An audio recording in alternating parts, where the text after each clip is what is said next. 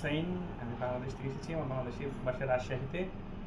আমি 2023 সাল থেকে ইন্ডিয়াতে ট্রিটমেন্ট করছি। এর আগেও বেশ কয়েকটি ইনফার্টিলিটি সেন্টারে ট্রিটমেন্ট নিয়েছি। সর্বশেষে আমি এখানে কলকাতা উইমেন্স ক্লিনিক পার্থ স্যারের আন্ডারে ট্রিটমেন্ট নিলাম।